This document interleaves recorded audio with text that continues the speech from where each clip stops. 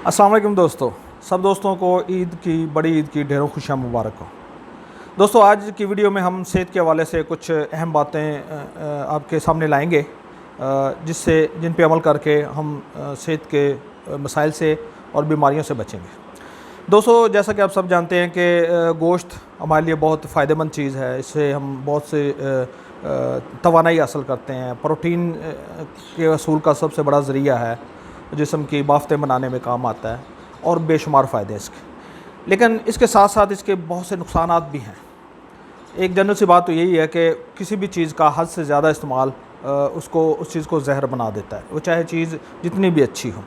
तो यही फार्मूला गोश्त में भी अप्लाई होता है कि जब हम एक ख़ास मकदार से बहुत ज़्यादा इस्तेमाल करेंगे तो ये हमारे लिए सेहत के बहुत से मसाइल पैदा करेगा।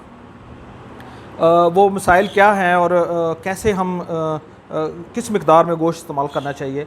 तो दोस्तों, ये सारी तालीम कुदरत का एक अपना निज़ाम है। कुदरत अपने निज़ाम के ज़रिए सब कुछ बताती है, लेकिन जो उस पर गौर करता है। अब इस मामले को ले लें तो अल्लाह पाक ने कायनात में बेशुमार मखलूक़ात पैदा की हैं। इनमें से कुछ ऐसी मखलूक़ात हैं जैसे दरिंदे हैं, उनका गुज़र बसर वो सिर्फ़ गोश्त ही खा सकते हैं। तो इसलिए उनके दांत, सारे दांत जो होते हैं वो नोकीले होते हैं, जो गोश्त को चीर फाड़ करने के लिए, गोश्त खाने के लिए मुआवन होते हैं। तो इस तरह कुछ ऐसी मखलूक़ात होती हैं जो सिर्फ़ चारा या अनाज खाती हैं, जैसे मवेशी हैं। तो इनको अल्लाह पाक ने सारे दांत चपटे दिए होते हैं। इन दोनों से हट के तीसरी एक ऐसी भी मखलूक़ात हैं जिनमें इंसान भी शामिल है, जो हर तरह की ग़िज़ा खाता है। वो गोश्त भी खा लेता है, वो अनाज भी खा लेता है, जैसे बिल्ली भी है, इंसान है और इस तरह के कई जानदार हैं। तो अब देखना ये होगा कि कुदरत ने उनको किस तनासब में ये इजाज़त दी है। अब इंसान का ही ले लें तो अल्लाह पाक ने इंसान को 32 दांतों का एक सेट दिया है। इसमें सिर्फ 2 दांत ऊपर के और 2 नीचे के नोकीले दांत होते हैं, यानी गोश्त खाने के जो लायक होते हैं। तो अब यहीं से ये तनासब भी देख लें। कुदरत ने जो हमारे लिए तनासब सेट कर दिया है कि 7 हिस्से यानी 28 दांत बाकी सब चीज़ें खाने के लिए, अनाज, सब्ज़ियाँ जो भी है, और सिर्फ 4 दांत गोश्त खाने के लिए, यानी 8वां हिस्सा। तो यही मकदार कुदरत ने हमारे लिए मुकर्रर की है, लेकिन हम उससे तजावज़ करते हैं तो मसाइल पैदा होते हैं। सेहत के भी बेशुमार बीमारियाँ हैं। सबसे बड़ा अहम मसला मैदे के मसाइल हैं। मैदे के बेशुमार मसाइल हैं, तो बीमारियाँ पैदा होती हैं। वो आगे जाके संगीन सूरत भी इख्तियार कर सकती हैं, जिनसे बंदे की मौत भी वाक़या हो जाती है। तो इसलिए गोश्त को एक मुकर्रर मकदार से ज़्यादा खाना नुकसानदेह है। तो दोस्तों, अगली जो अहम बात है वो ये है कि जब हम खाना खा लेते हैं तो हमारा काम ख़त्म हो जाता है, लेकिन बाकी चीज़ें अपने जिस्म के जो बाकी निज़ाम है वो अपना काम शुरू कर देते हैं। जैसा कि खाने के दौरान हमारा मुंह में एक लुआब पैदा होता है, जो खुराक को धकेल के मैदे तक ले जाता है। हमारे दांत और उस खुराक को पीस कर बारीक करते हैं। ये जितनी बारीक होगी मैदे के लिए उतनी आसानी होगी। इसलिए खुराक को आस्ता आस्ता और चबा चबा कर अच्छी तरह बारीक करके मैदे तक पहुंचाना चाहिए। अब मैदे में जाती है तो मैदा क्या करता है, वहाँ पे एंजाइमर पैदा होते हैं, लिक्विड्स पैदा होते हैं, जो इस सारी खुराक को आगे मज़ीद प्रोसेस करते हैं। और इस प्रोसेसिंग के दौरान ये खुराक बिल्कुल माया में बदल जाती है। तो यहाँ से जो ग़िज़ाई अज़्ज़ा हैं वो खून को सप्लाई होते हैं, जो फ़ज़ूल मादे होते हैं वो आंतों के ज़रिए हमारे यानी वो जो फाजल मादे होते हैं उन पे वहाँ पे जमा हो जाते हैं, और इस तरह जो लिक्विड होते हैं वो अपने अपने सारे काम सर अंजाम देते हैं। तो दोस्तों, इन कामों के दौरान जब हम ये काम मैदा और ये सारे जो जिस्म के निज़ाम हैं उसी वक्त अच्छे तरीके से कर सकेंगे जब हम उसके ऊपर एक्स्ट्रा कोई बोझ ना डालेंगे, उसके काम में मुदाखलत ना करेंगे। हम उसके काम में कैसे मुदाखलत करते हैं?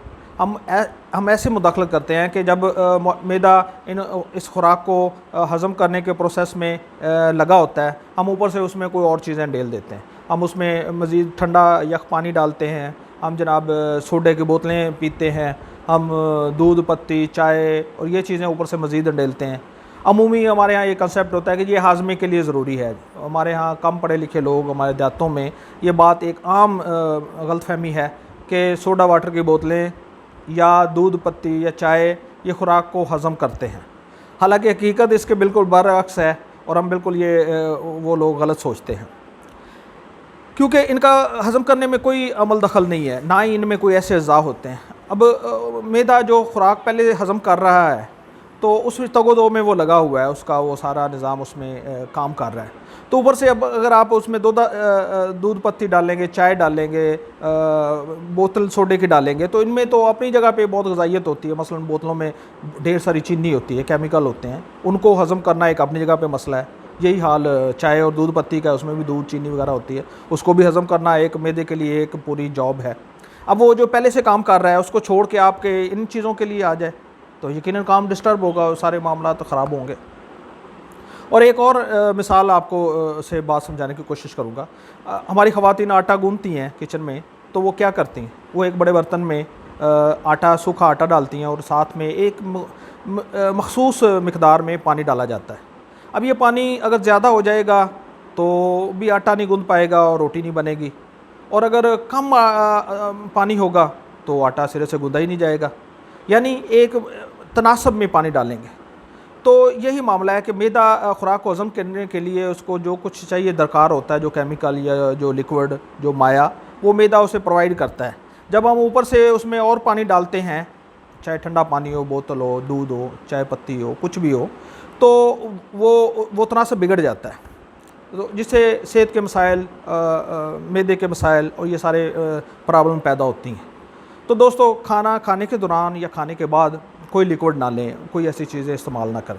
बाज़ार ये बड़ा मुश्किल लगता है, हमारी चूँकि आदत बनी होती है, हमें लगता है कि यार मुझसे तो खाना आगे नहीं जा रहा, मैं पानी ना पीऊँगा तो ये कैसे होगा। लेकिन ये सारे हमारे एक वहमें हैं। अगर हम किसी भी चीज़ को अपनी आदत का हिस्सा बना लेते हैं तो वो बन जाती है। मैं एक मुद्दत से अपने खाने के दौरान या बाद में बिलअमूम पानी इस्तेमाल नहीं करता हूँ, कभी करता हूँ तो एक घूंट, तो मेरी आदत का हिस्सा मुझे कभी कमी महसूस नहीं हुई। तो इसलिए आप भी इस बुरी आदत से छुटकारा पाएँ ताकि हमारी सेहत अच्छी रह सके। अच्छा, इससे अगली बात यह है कि हम खाना किस वक्त खाएँ, ये बहुत अहम सवाल है। दोस्तों, हमारा दिमाग जो है वो सिग्नल देता है कि इस वक्त पेट खाली है तो इसको भरने का बंदोबस्त किया जाए, लेकिन अमूमन ये होता है कि हम इस सिग्नल के बगैर ही खाना शुरू कर देते हैं। हमारे यहाँ एक जनरल कंसेप्ट बना होता है कि दोपहर का वक्त हो गया तो खाना खाना ही है। ये नहीं है कि भूख लगी है या नहीं लगी, बस दोपहर हो गई तो खाना खाना ही है, रात हो गई तो खाना खाना ही खाना है, नाश्ता है तो करना ही करना। नाश्ता खैर अच्छी चीज़ें करना चाहिए, लेकिन बाज़ लोग जो रात बहुत लेट खाना खाते हैं, सुबह उनको भूख नहीं लगी होती, तो उनको चाहिए कि नाश्ते के नाम पे कोई जूस ले लें, बिल्कुल हल्की कोई चीज़ ले लें। अच्छा, इस तरह जो दोपहर को खाते हैं और भूख नहीं होती, तो वो चूँकि नाश्ता अच्छा किया होता है तो भूख नहीं होती, लेकिन वो आदतन वो कहते हैं जी खाना तो अब खाना ही है, भूख होवे ना हो। लेकिन भूख के बगैर खाना बहुत मसाइल का सबब बनता है। बसियारखोरी इसी कहते हैं, और इस तरह मैदे को बहुत एक्स्ट्रा काम करना पड़ता है, इससे मोटापा भी पैदा होता है और बीमारियां भी और सारे मसाइल। अच्छा, इससे अगली बात यह है कि रात को बहुत लेट को खाना नहीं खाना चाहिए।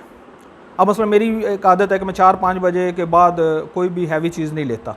शाम को हल्की फुल्की अगर कुछ भूख लगी है तो चाय 1-2 रस के साथ ले लूँ या दही बल्लों की कोई प्लेट खा लूँ, तो ये एक अलग बात है, लेकिन हैवी खाना नहीं खाता। उससे ये होता है कि रात को सोते वक्त मैदा बिल्कुल सुकून में रहता है, अच्छी नींद आती है, बुरे ख्वाब भी नहीं आते। वो भी इसी वजह से होते हैं, जब मैदा भरा हो तो बुरे बुरे ख्वाब ख्यालात आते हैं, और मोटापा भी नहीं पैदा होता। ये सारे मसाइल आपके हल हो जाएंगे अगर आप रात को 5-6 बजे के बाद कोई हैवी ग़िज़ा ना खाएँ, क्योंकि रात को 10-11 बजे तक सोते वक्त तक आपको 4-5 घंटे मिल जाते हैं, जिसमें आपने जो चीज़ें खाई होती हैं वो हज़म हो जाती हैं। तो दोस्तों, ये वो सारी चीज़ें थी। अब आपको दिलचस्प बात बताऊं कि मैं जैसा कि आपको पता है काफ़ी अर्सा जर्मनी में रहा, तो वहाँ पे मैं मैकडोनल्ड पे जॉब करता रहा। तो जर्मन लोगों की आदत खाने की बड़ी शानदार है। एक तो वो बहुत ज़्यादा तली हुई भुनी हुई ऐसी चीज़ें नहीं खाते, और सबसे बड़ी बात थी, मैं मैकडोनल्ड पे जॉब करता था उस वक्त, मेरे लिए बड़ी हैरानी की बात थी, जर्मन लोग जो 6.5 फुट जिनके कद होते हैं, वो वहाँ पे आते थे तो वो खुराक क्या मांगते थे, एक बर्गर और साथ में एक ब्लैक कॉफ़ी। हैरान था कि यार ये इतना बड़ा इनका वजूद है तो इतनी ग़िज़ा से ये कैसे सर्वाइव करते हैं। तो दोस्तों, उनकी एक थिंकिंग है, उनकी एक फ़िलासफ़ी है कि वो ज़िंदा रहने के लिए खाते हैं, खाने के लिए ज़िंदा नहीं रहते। तो यही ज़िंदगी का, सेहत का और फिट रहने का सबसे बड़ा असूल है कि हमको ज़िंदा रहने के लिए खाना चाहिए, यानी मुनासिब मिक़दार में, बसियारखोरी से बचना चाहिए। तो दोस्तों, उम्मीद करता हूँ कि ये आज की वीडियो ये बातें आपके लिए फ़ायदेमंद हुई होंगी। अगर फ़ायदेमंद है तो प्लीज़ इन्हें शेयर करें और हमारा चैनल सब्सक्राइब करें। आप दोस्तों का बहुत शुक्रिया। अल्लाह हाफ़िज़।